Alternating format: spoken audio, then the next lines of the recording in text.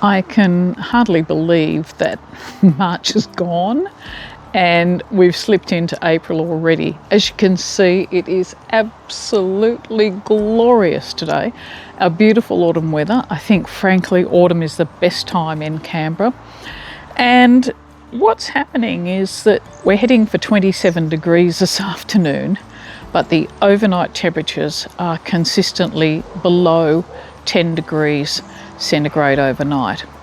So what's happening is a lot of the plants which we put in late, such as this snake bean, are going off. This is what happens. We have this real burst of new life at the end of autumn. I've got beans that I planted really late that are now taking off, and we've even got corn and corn cobs on that super late planted corn. Now, whether any of this comes to fruition is really weather dependent. Now that these plants have taken off, I know that the snake bean is actually already putting out pods, and the one of the ones which never even grew down the back has actually got a pod on it. So it's a really strange time of the year.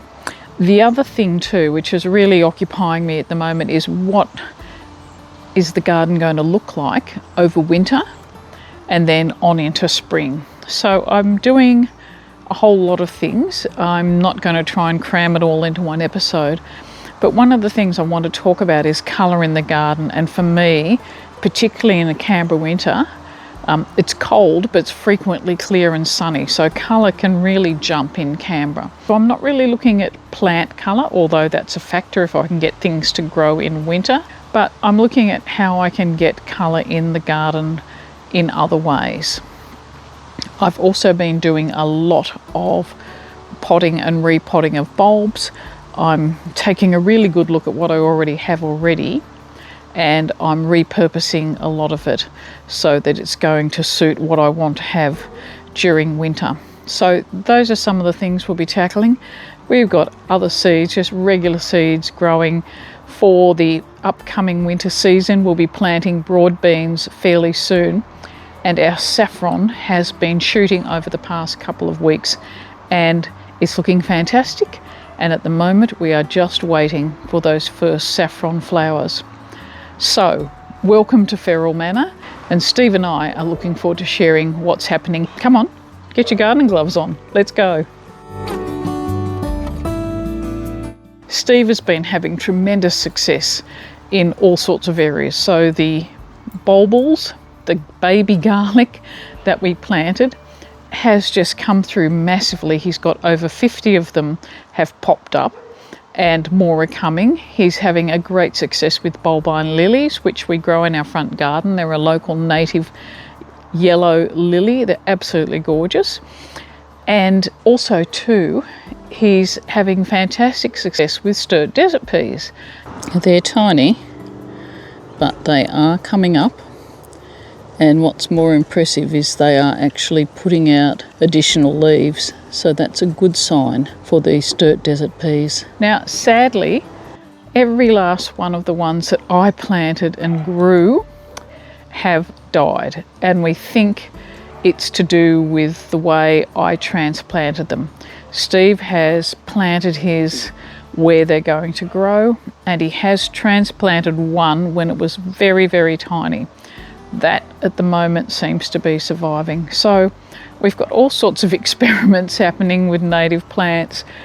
Undoubtedly our biggest success in the native plant area has been the grass trees. These ones Steve has got from his straight throw them in the pot and throw some soil over them process. I've had really good success with the hydrogen peroxide method, and in fact I've even got a new little one just coming today. That's a currawong saying hello in the background.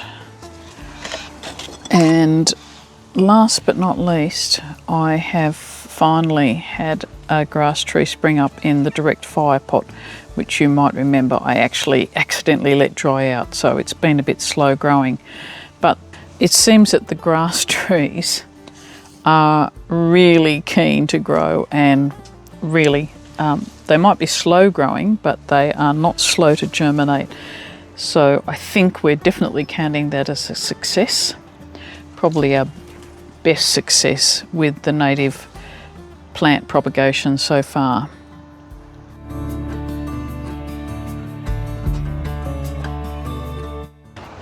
While there's no doubt that things like the correas flower beautifully throughout winter and attract a lot of interest from birds, the majority of plants are either only growing leaves or they're working underground to develop roots for the coming spring. So the reality is there's not a lot of actual colour other than green, lovely colour, in the garden during winter. So one of the things I'm looking to do is add colour in other ways. So I'm not necessarily relying on the plants themselves, but I'm relying on things like our garden stakes and our pots. And they're just two of the simplest things to do. Now, if you're fortunate, you can get coloured pots. I'm moving away, as you probably know, from getting a lot of heavy ceramic pots. Much as I love them, I'm just literally finding these days they're just a bit too heavy to be shifting around the garden all the time. The other thing I'm doing is painting garden stakes, and this is something I've done for years, and it just adds a little pop of colour. It's astonishing what it can do. But you can see here that I'm using up, bonus points to me, I'm using up some of the leftover tins of paint that we have around, and some of them are darker, but a lot of these smaller tins are actually paint samples that we had for the house, so they're not quite as strong. But again, it's just something that will, depending on how you use them in the garden, it will actually capture your eye and just give you a little bit more sense of interest. The other thing with the garden stakes is during winter, everything is very low growing. Throughout summer we've had sunflowers, we've got corn at the moment, beans going up trellises. So that whole thing about getting some height in the garden is something that's really missing during the winter months. So the garden stakes double both as colour, but also vertical interest. Of course, I'm also going to be painting pots. And here's some of the ones I've been working on.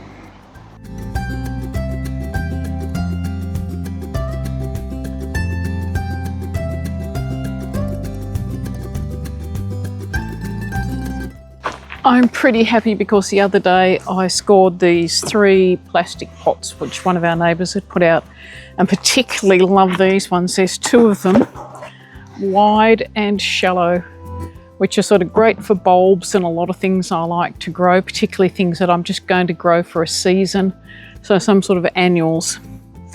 Yeah, they're not the prettiest things, and I have learnt my lesson. This time I'm just going to do the obvious thing. I'm going to paint them. No heroics, no strange additions of rope or anything, just paint. So I'm tidying these up, and then I'm going to be putting on the undercoat, and hopefully I'll get all the undercoating done today, and that's probably about it for the moment. And I'm using the same just basic flat grey primer. I've got some intense dark colours to cover this with, and this will be fine for what I need.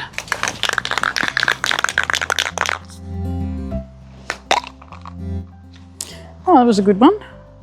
I just completely broke the nozzle. I don't think it's going to work at all. That is very annoying. Yep, I have actually snapped the nozzle off. So yeah. Oh no, it's messy. Yeah, this ain't going to work. What a disaster.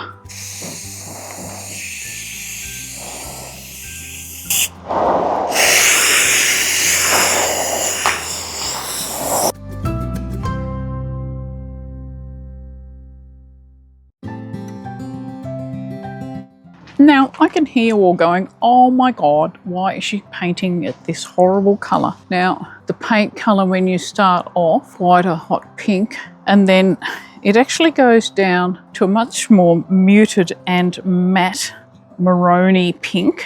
And by the time I get the 2 coats on, I think you'll actually see when I put it in the garden why I've chosen to go for such a colour. One of the reasons I'm painting it this intense colour, but so it will create a really stunning, I hope, contrast with green foliage in the garden. This is a lovely combination of colours. I've got the blackjack tulips and I've got 20 bulbs to be split between my two pots, and then I've got a punnet each of these ruffles pansies. This will just give you a bit of a preview of the colours. I love the contrast between the intense pink and the purples on the pansies and on the tulips. I think it's going to work really well. Of course, the pansies are going to be there a lot longer than the tulips, so I'm quite happy to have an interesting mix of these plants.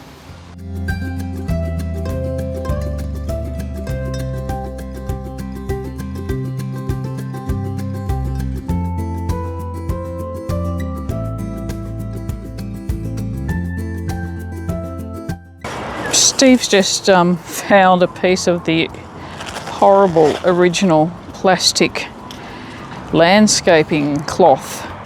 This was so fashionable when I first did my garden. I didn't know any better, and I can tell you that decades later the soil underneath it, it's got roots in it, but it's not exactly looking very nice.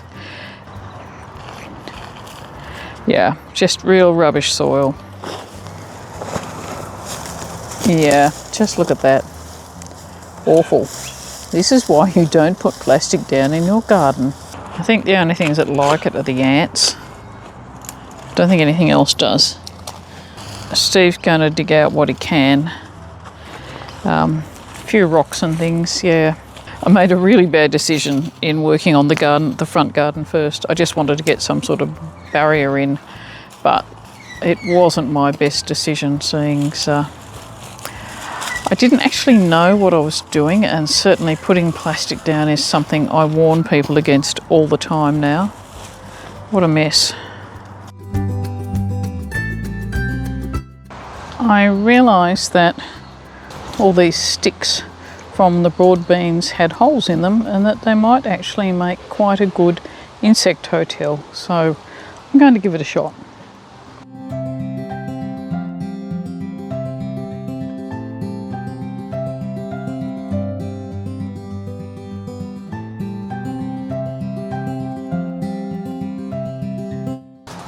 I'm hoping this will work. I have to put it on a north-facing place 1 to 2 metres above the ground, so I think that that tree branch over there will be just perfect. I'm going to see if I can tie this in place. Very Heath Robinson, the way we do most things around here.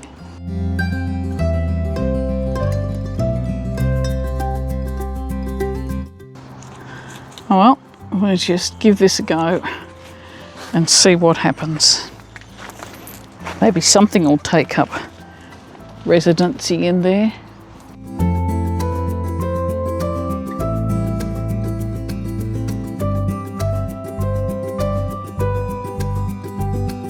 So thanks very much for joining us this week here at Feral Manor, and we'll look forward to catching up with you next time.